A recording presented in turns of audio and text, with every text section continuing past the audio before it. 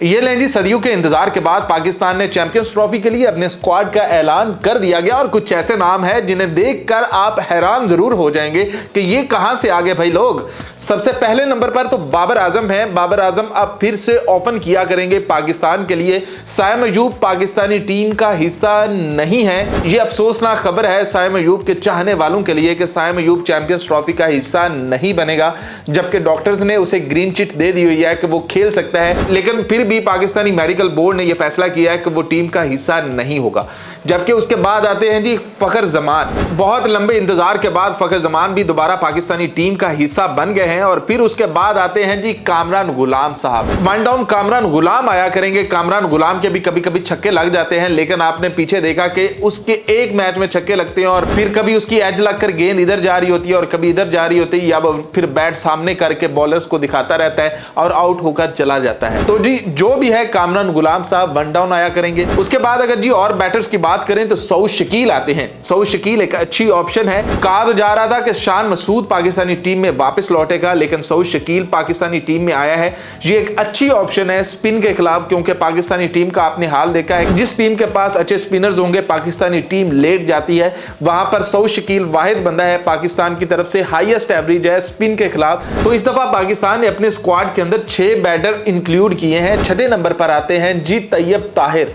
तैयब ताहिर भी पाकिस्तानी टीम का हिस्सा है। अब तैयब ताहिर हो सकता है कि चैंपियंस ट्रॉफी के अंदर अपनी पावर हिटिंग का हमें दीदार करवा दें, क्योंकि पहले उन्होंने एक बार जिम्बाब्वे में खेला है और उसके बाद वो नहीं खेल पाए हैं साउथ अफ्रीका के खिलाफ। हो सकता है कि अब वो पाकिस्तान के लिए खेल सकें और अभी पता चल जाएगा, ट्राई सीरीज के अंदर पता चल जाएगा कि कौन कितने पानी में है। और अगर बैटर्स की बात खत्म कर ली जाए, यानी कि 6 बैटर्स हैं और उसके बाद बारी आती है जी ऑलराउंडर्स की। पाकिस्तान ने अपने 3 ऑलराउंडर अनाउंस किए हैं। सबसे पहला नाम आप सुनकर हैरान रह जाएंगे कि इसका तो कहीं नाम सुना ही नहीं था।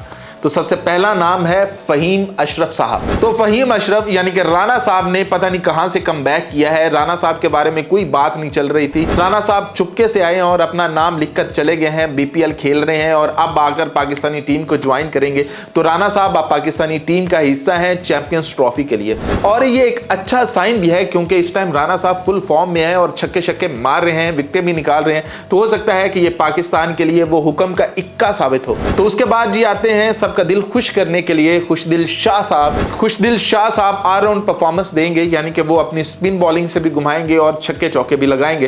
पहले भी वो पाकिस्तानी टीम का हिस्सा रहे हैं, लेकिन ऐसा कोई मैच याद नहीं पड़ता जिसमें उन्होंने पाकिस्तान को जितवाया हो। लेकिन अब हो सकता है कि वो पाकिस्तानी टीम को जितवाएं, क्योंकि अब काफी अरसा वो टीम से बाहर रहे हैं। तो हो सकता है कि इतनी मार खाने के बाद कुछ अकल आ ही गई हो, कुछ खेलना आ ही गया हो और कुछ पाकिस्तान के लिए रन बनाए वो। तो उसके बाद अगर बात करें तो जी आते हैं सलमान अली आगा साहब। सलमान अली आगा हमारे वाइस कैप्टन भी हैं और वो ऑलराउंडर भी हैं।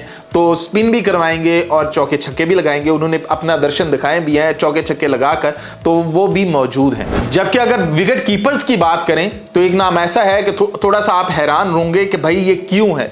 सबसे पहला नाम है कि मोहम्मद रिजवान, जो कि कैप्टन है हमारे। मोहम्मद रिजवान लीड करेंगे पाकिस्तान को इस दफा और इंशाल्लाह 2025 में पाकिस्तान को चैंपियन बनवाएंगे। जबकि मोहम्मद रिजवान के साथ एक और नाम भी जुड़ा है और वो है उस्मान खान। उस्मान खान ने बीपीएल के अंदर सेंचुरी मारी है। पता नहीं सिलेक्टर्स को वो नजर आ रही हो कि पता नहीं पाकिस्तानी टीम के अंदर ये भी आकर दर्शन दिखा दे, ये भी आके छक्के चौके लगा ले। तो इसलिए उस्मान खान फिर से पाकिस्तानी टीम का हिस्सा है, ड्रॉप नहीं हुआ है और चैंपियंस ट्रॉफी खेलेगा लड़का। स्क्वाड का हिस्सा है, प्लेइंग 11 का भी किसी ने एक मैच में तो बन ही पाएगा ना। और अगर स्पिनर्स की बात करें तो पाकिस्तान ने यहां पर अपना सिर्फ एक ही स्पिनर रखा है और वो है मिस्ट्री स्पिनर इब्रार अहमद। इब्रार अहमद ही पाकिस्तान की तरफ से स्पिन बॉलिंग करवाएगा और कोई नहीं, यानी कि बाकी 2 ऑलराउंडर है, खुशदिल शाह भी और सलमान अली आगा भी। तो ये इब्रार अहमद पाकिस्तान की वाहिद पिक है स्पिनर्स के अंदर, जो कि पाकिस्तान को मिस्ट्री स्पिन करके दिखाएंगे। पाकिस्तान ने 4 फन्ने खा फास्ट बॉलर बुलाए हैं और चारों के ऊपर पाकिस्तान को कोई शक नहीं। इस डिपार्टमेंट के अंदर पाकिस्तान कोई नहीं ये कह सकता किसको होना चाहिए, इसको नहीं होना चाहिए, इसको आना चाहिए, इसको नहीं आना चाहिए, क्योंकि यही हमारे पास ऑप्शन है अभी। इसके अलावा पाकिस्तान के पास कोई ऑप्शन नहीं है।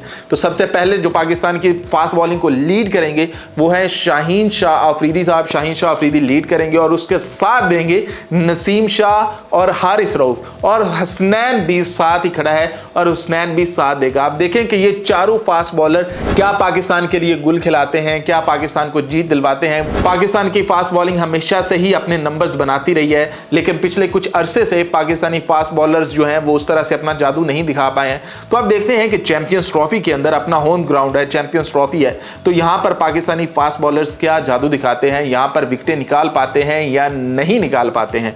तो अगर आपको लग रहा है तो अगर आपको बताएं कि भी निकाला किससे गया है, तो आपने एक नाम नहीं सुना, इरफान खान नियाजी, उसको नज़रअंदाज कर दिया गया है।